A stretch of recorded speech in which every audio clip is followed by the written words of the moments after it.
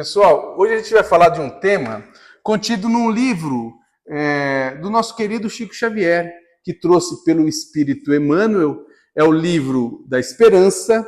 Aliás, como muitas obras do Emmanuel, ele pega um tema evangélico, às vezes ele pega uma frase e traz para nós uma série de ensinamentos em relação a uma frase do Evangelho, né? E esse tema de hoje é mais ou menos isso. O tema chama-se Na Intimidade Doméstica, e ele pega uma frase do Evangelho e nos traz uma série de lições, principalmente do nosso comportamento perante ao nosso meio doméstico, né? Ao nosso lar, tá bom? E a frase que ele usou para trazer essa lição, a gente já vai ver primeiro aqui a apresentação do livro, né? É essa aqui, ó. Em verdade vos digo que quando fizeste a um desses pequeninos irmãos, a mim que fizestes. E eu gostaria de começar com uma pergunta aqui. Se Jesus batesse na porta da nossa casa pedindo ajuda, quem aqui gostaria de ajudar Jesus?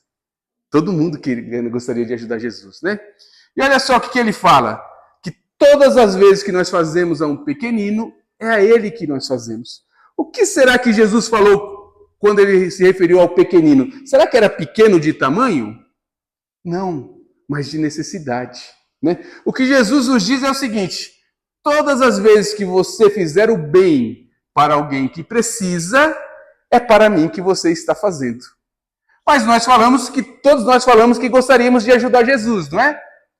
Agora, nós conseguimos enxergar na figura do próximo o Mestre Jesus? Ou seja, quando alguém precisa da nossa ajuda, nós conseguimos olhar para essa pessoa e perceber que Jesus está nela? Jesus nos disse que quando nós atuamos para um dos pequeninos, é para ele que nós estamos fazendo, né? Então é sobre isso que a gente vai falar um pouquinho na noite de hoje. Olha só, nós fazemos a Jesus? Quantas vezes nós temos a oportunidade de praticar os ensinamentos de Jesus e não realizamos? Quantas vezes? Vamos lembrar aqui um pouco dos ensinamentos de Jesus. Jesus ensinou a gente a perdoar?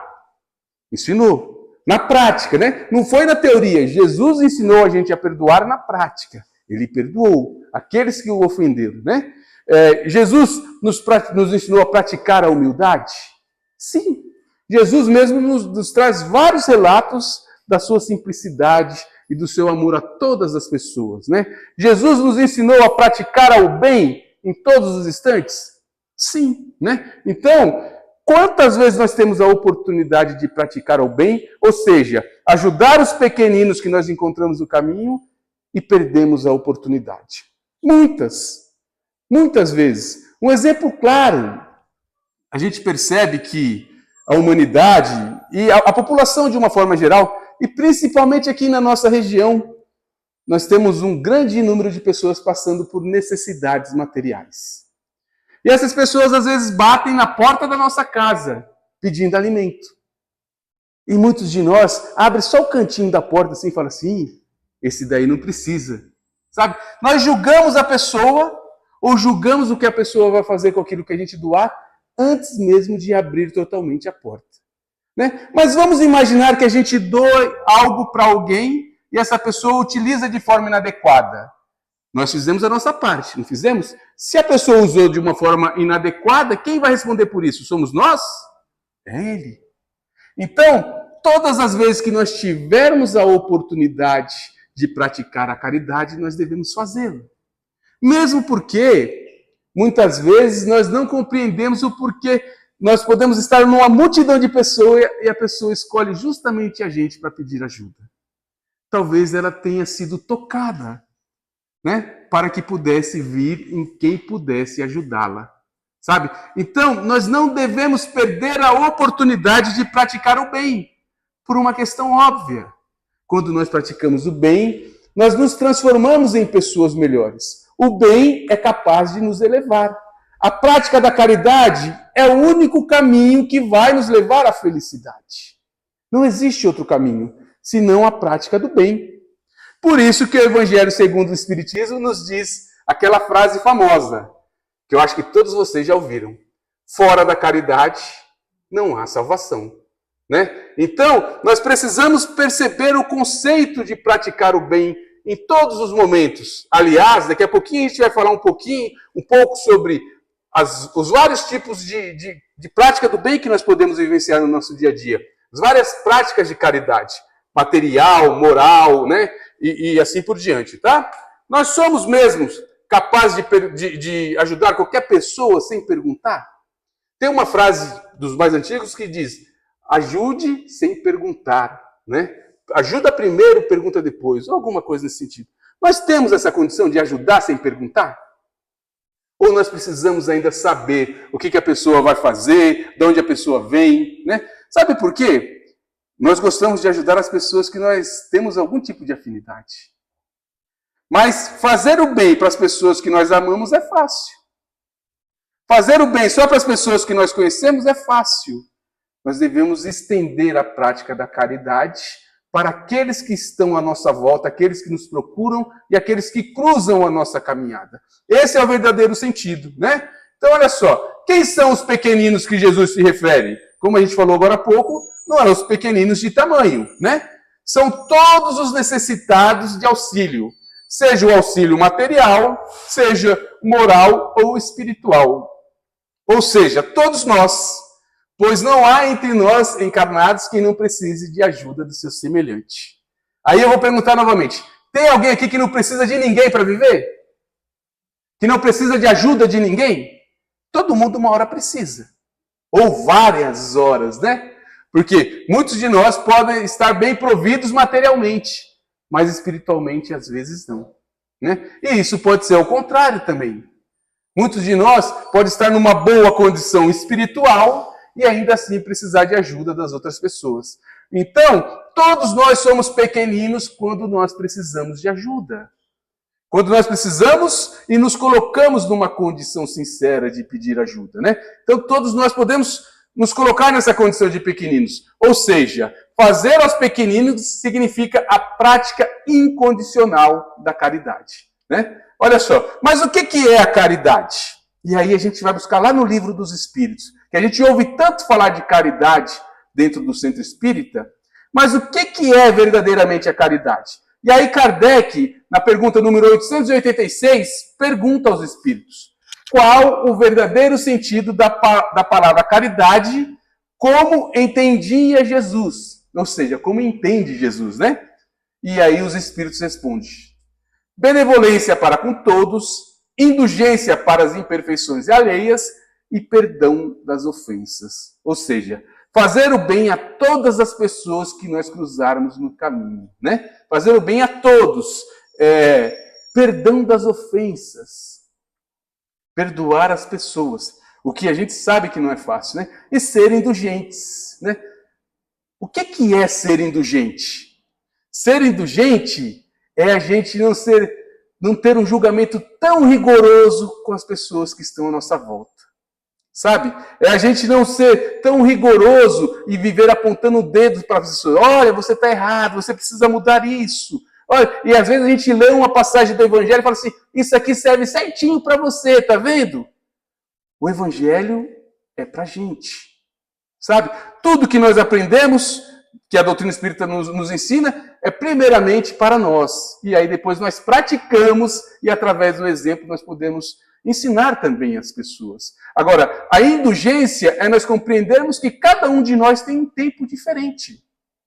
Tem um momento diferente de compreender e vivenciar as coisas. É claro que aqueles que estão sob a nossa responsabilidade, nós devemos sempre estar orientando quando nós percebemos que não estão no caminho correto, né? Agora, de uma forma geral, indulgente é a gente pegar leve com as pessoas. Como se diz popularmente, né? Não ser tão rigoroso no julgamento com as pessoas, ser um pouco mais brando e entender que nós também erramos, né? Então é isso que Jesus entende como caridade, tá? Olha só o comentário de Kardec nessa pergunta. O amor e a caridade são um complemento da lei de justiça, porque amar ao próximo é fazer todo o bem possível que desejaríamos que nos fosse feito. Tal é o sentido das palavras de Jesus. Amai uns aos outros como irmãos, né? Então, o que eu gostaria de receber? O que eu gostaria que fosse feito para mim se eu tivesse nessa situação?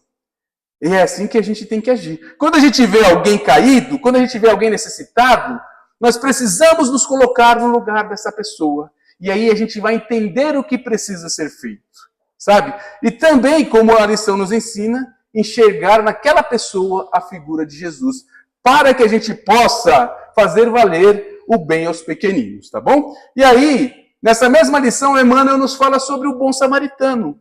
Todo mundo já viu essa passagem do bom samaritano? Vocês conhecem a passagem do bom samaritano? Ela nos traz muitos ensinamentos. E olha só o que acontece nessa passagem, né? Os samaritanos eram vistos com maus olhos pelos fariseus. E o povo judeu trazia muito preconceito contra eles, né? Ou seja, os samaritanos eles eram vistos como impuros. Por que eles eram vistos como impuros? Porque eles tinham uma religião diferente dos judeus. É engraçado que até hoje as pessoas ainda divergem com a religião e acham que uns são melhores que os outros. Acham que Deus gosta mais de um do que dos outros. Vocês acham que Deus gosta mais de um do que dos outros? Não. O que Deus quer, o que Deus gosta é de nos ver bem, de nos ver praticar o bem, de nos ver vivenciar a lei do amor. Sabe? Esse é o sentido do nosso crescimento espiritual. Vivenciar a lei do amor. Não é a religião que vai nos fazer melhor, mas sim a prática daquilo que a gente aprende dentro da religião. Mas desde essa época, os judeus acreditavam que os samaritanos eram impuros, porque eles tinham uma outra religião. Então conta a parábola de que o homem vinha numa estrada e de repente os ladrões o pegaram e bateram nele, mas deram uma surra tremenda e levaram tudo que ele tinha. E o homem ficou caído no chão, caído, abandonado, à própria sorte, né? Eis que passou um sacerdote, religioso, bem visto por todos. Quando ele viu o homem caído, ele foi para o outro lado da rua. Fingiu que não viu. Provavelmente ele pensou, se eu parar, eu vou me comprometer com essa situação. Então é melhor eu fingir que não vi e vou continuar a minha vida, né?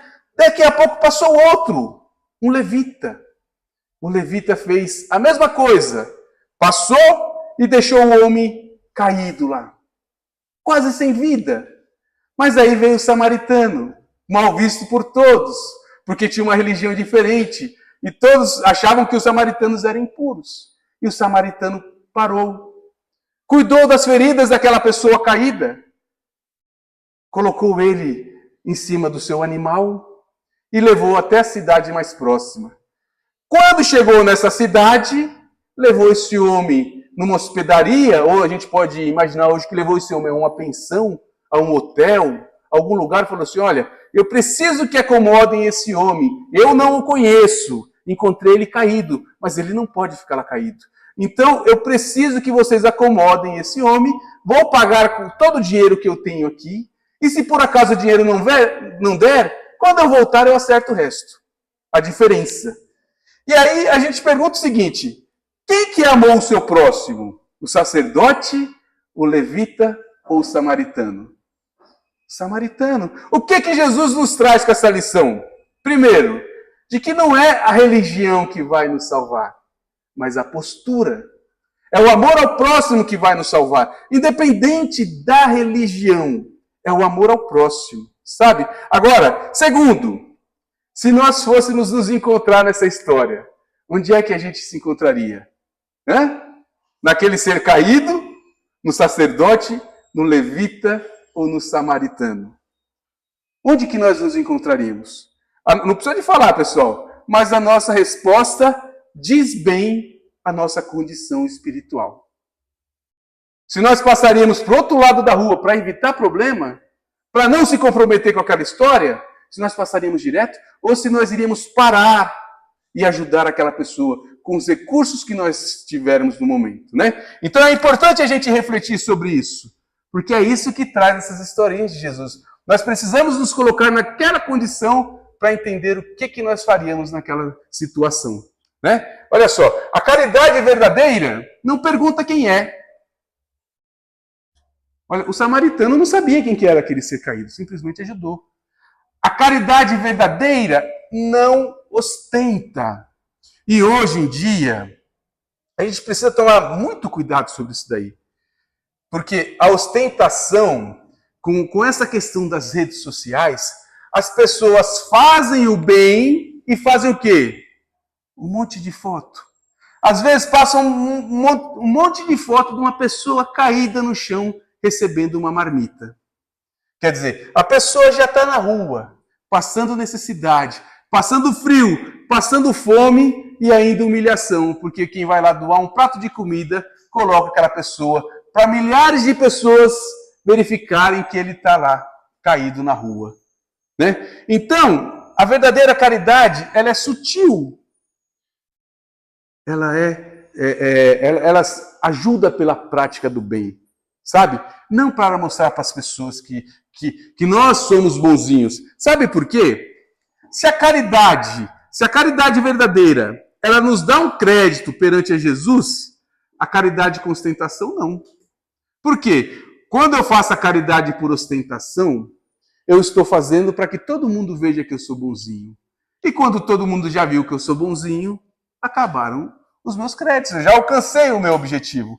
Mas a caridade verdadeira não é esse o sentido. Aliás, a gente falou que nós temos um crédito com a espiritualidade, com Deus, mas não é esse também o objetivo. Esse crédito é natural. Nós fazemos o bem simplesmente para diminuir a dor alheia, né? Então nós precisamos vivenciar isso, tá? A caridade verdadeira não cobra nada em troca. Aliás, muitas vezes a gente ajuda alguém e passa algum tempo, quando a gente passa por determinada situação, a primeira coisa que a gente fala, olha, você lembra quando você estava precisando que eu te ajudei, né? Então também não é caridade verdadeira, é uma barganha, é uma troca. A caridade verdadeira, olha, não se importa nem com o reconhecimento, nem com a gratidão. Sabe? Não tem problema se a gente fizer o bem para alguém e receber em troca ingratidão. Não tem problema.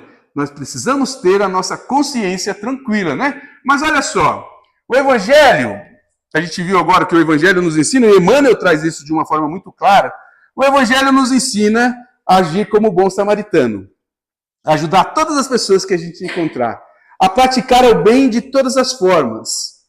O Evangelho nos ensina a perdoar e amar os nossos inimigos. E aí Emmanuel ele começa a se aprofundar no tema. Por quê? Ele nos diz o seguinte, se o Evangelho nos ensina tudo isso, fazer o bem com todo mundo lá fora, agora vamos imaginar como deve ser a nossa postura dentro da nossa casa. Se o Evangelho nos recomenda a perdoar os nossos inimigos, imagine então como eu devo me postar com meu filho, com a minha esposa, com o meu parente, com o meu amigo dentro do lar. Então isso tem que ser muito mais profundo, né? Olha só, o amor deve ser maior ainda com aqueles que compartilham a experiência. Ou seja, devemos iniciar todo esse amor em nossa família, em nossa casa. Sabe por quê? Olha só, tem um fato interessante. A gente falou agora há pouco das redes sociais. E quantos de nós é simpático com todo mundo na rua? Aí a gente chega aqui no centro espírita, beija todo mundo, abraça todo mundo, sabe? Chega no trabalho, trata todo mundo bem. Chega lá no Instagram, aquele monte de foto bonita, sorrindo, sempre feliz. Mas quando abre a porta de casa, se transforma. Sabe? Quando a gente abre a porta de casa, não trata com tanto carinho, com tanto amor as pessoas que lá encontramos. Sabe? E aí tem uma questão que a gente precisa lidar com isso. Quem nós somos verdadeiramente? Quem eu sou verdadeiramente? Aquela pessoa simpática com todo mundo na rua? Ou aquele algoz de dentro de casa? Ou aquela pessoa que trata as pessoas mal dentro de casa? E aí, a resposta é muito clara. Sabe quem nós somos verdadeiramente? Quem nós vivenciamos dentro de casa. Sabe aquela pessoa simpática que a gente se mostra na rua? É quem a gente gostaria de ser, mas ainda não somos, né? O nosso eu verdadeiro é aquele eu que se comporta dentro de casa com as outras pessoas. Se eu trato bem as pessoas dentro de casa, naturalmente eu vou tratar bem, melhor ainda, as pessoas do meio social, né? Mas se eu não trato bem, se eu sou nervosinho, se eu chego em casa chutando a porta, chutando o cachorro, né, reclamando de tudo, aí o Evangelho nos diz, o Evangelho nos traz muitas lições importantíssimas, né? Que muitas vezes nós afirmamos, né? Aqui eu mando e sou respeitado. e esquecemos de dizer, também sou detestado. E a pior coisa que tem é a gente ser detestado dentro do próprio lar. Por culpa nossa, por imprudência nossa, por não tratar bem as pessoas que lá estão conosco. Aliás, as pessoas que estão lá conosco não estão por acaso. Dentro do lar, nós encontramos os maiores desafios. Mas Deus quis assim. E tem um item muito interessante. Deus não erra o endereço de entrega. Chegou lá em casa, é nosso. Sabe? Aí, quando a gente já compraram uma coisa na internet que chegou no lugar errado? Aí fala assim, tá marcando o que eu recebi aqui, mas não chegou nada. O homem falha. A entrega do homem falha. A entrega de Deus, não. Deus jamais erra o endereço de entrega. Tudo que chegou na nossa casa, no nosso meio, no nosso lar, na nossa vida, é nosso. É nosso. Né? Por quê? Por causa da lei de causa e efeito. Tantas coisas boas quanto as coisas que nos fazem sofrer estão lá, chegam até nós, porque fazem parte do processo de ação e reação.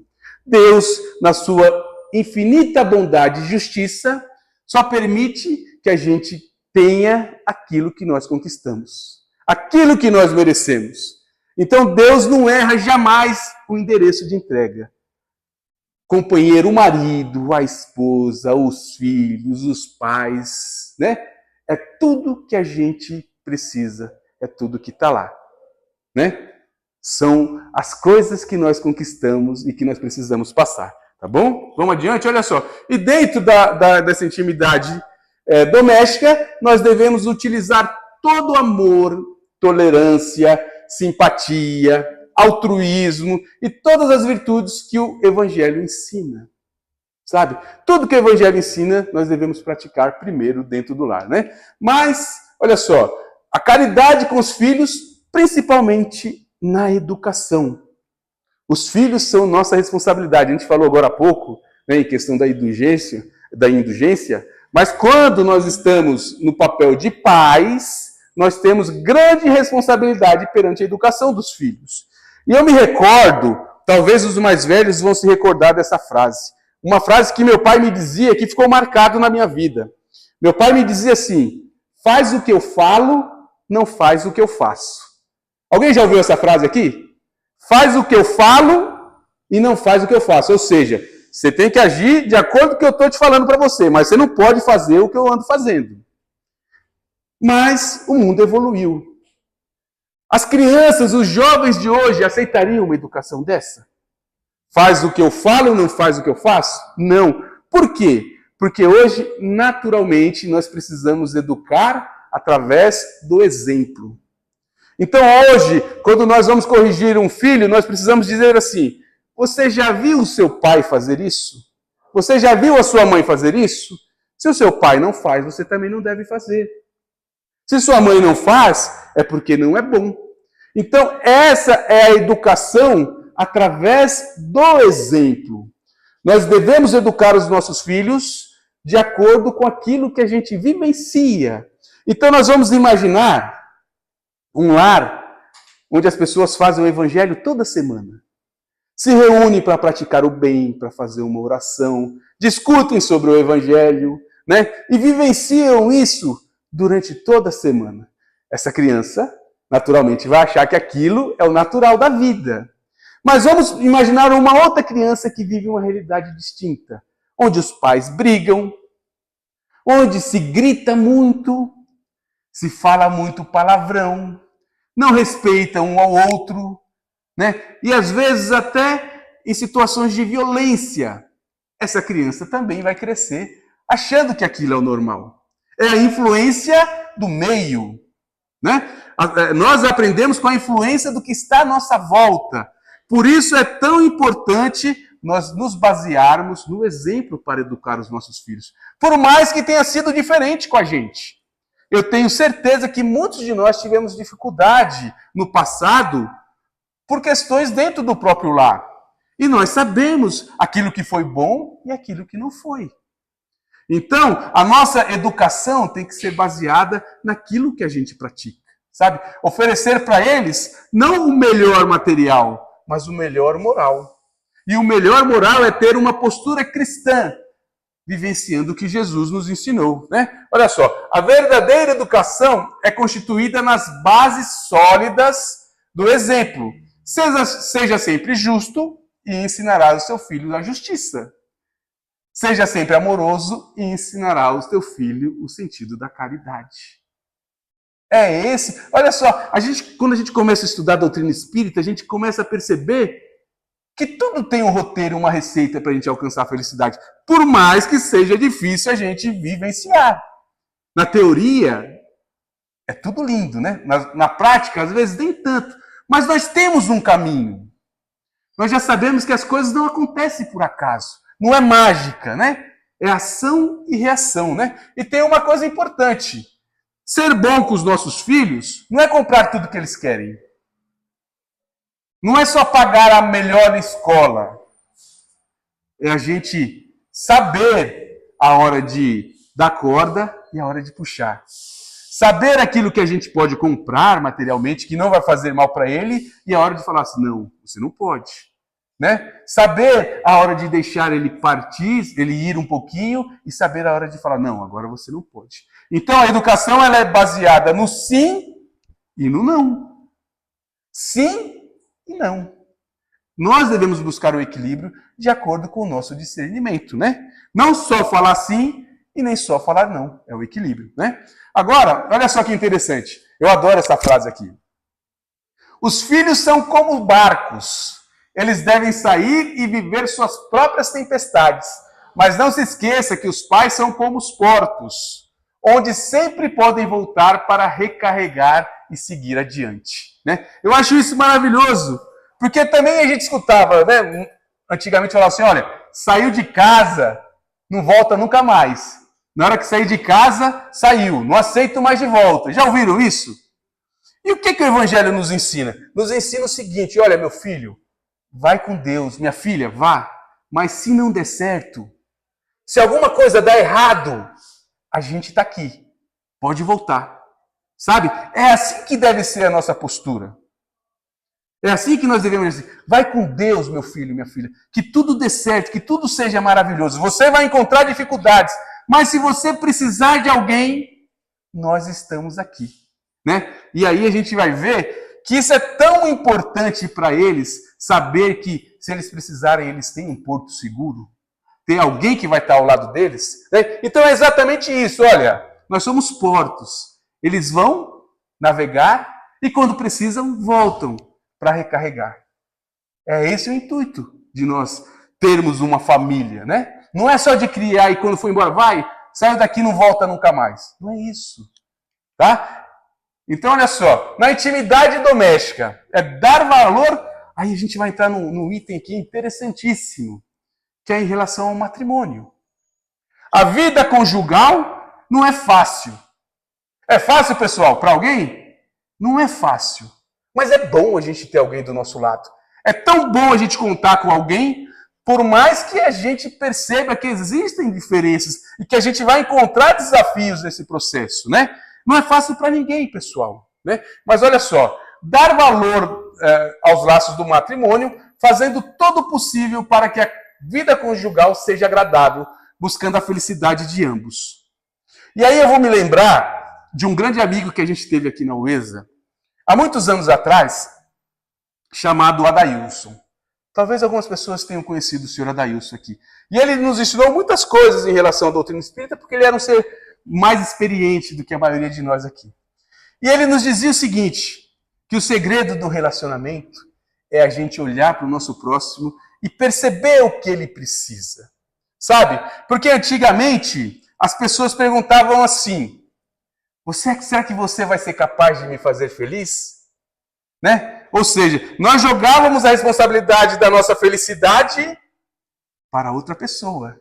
Será que você vai conseguir me fazer feliz? Mas aí nós devemos inverter essa pergunta, segundo nosso amigo Adailson. Será que eu sou capaz de te fazer feliz? E se eu pensar assim, olha, eu preciso fazer a minha esposa feliz. e minha esposa pensar que precisa me fazer feliz, a chance de nós sermos felizes vai ser enorme. Agora, se eu pensar na minha felicidade e ela pensar na dela, o que vai acontecer? Provavelmente a gente vai ter conflitos. Talvez conflitos que a gente não consiga sanar. Por quê? Eu estou pensando somente na minha pessoa. Então, a felicidade na vida doméstica em relação ao matrimônio está em nós fazermos o próximo feliz. Em oferecer ao próximo aquilo que nós queríamos verdadeiramente. Em nos preocuparmos com o nosso semelhante. Porque, como a gente falou agora há pouco, é tão bom a gente ter alguém do lado. E como a gente falou também agora há pouco dos filhos, naturalmente nós criamos os filhos. E por mais que a gente falou que a gente é um porto seguro, mas eles vão. Né? Naturalmente eles vão construir a própria vida deles, constituir a própria família. E vai chegar uma hora da nossa vida que a gente vai olhar para o lado e só vai estar nós e ele, o nós e ela. Né? Então, por isso, a gente tem que dar muito valor para aquela pessoa que, né, que está acompanhando a gente nessa caminhada dentro do matrimônio. Né? Olha só, nenhum matrimônio se alicerça somente em calmarias. Existem quase sempre confrontos que devem ser administrados com sabedoria e amor. Todo confronto tem um fim quando uma das partes cede. Todo confronto dentro de casa tem um fim quando uma das partes cede. Normalmente os homens. Não é assim? Normalmente os homens. Mas alguém tem que ceder. É brincadeira, mas alguém tem que ceder. Sabe? Porque se ninguém cede, aí fica um de cara feia para o outro, um de cara virado, um dorme virado para um lado, o outro... Né? Então a gente precisa aprender a ceder. Sabe? Mesmo que a gente esteja certo. Talvez, e às vezes a gente briga e não sabe nem o motivo. Só quer ter razão, né? Mas que nada, é muito melhor a gente ter paz do que ter razão, né? Muito melhor. Então, e aqueles que cedem normalmente são os mais sábios. Porque percebem que não precisam sempre ser o dono da razão. Não precisam sempre estar por cima, né? Então, todo confronto cede, todo confronto termina quando um dos dois cede. E a gente precisa de perceber isso, sabe? Quer ver uma coisa interessante? Quem tiver esposa com TPM em casa, aí tem que aprender a ceder mesmo. Porque não é fácil. E a gente imagina que não seja fácil para elas.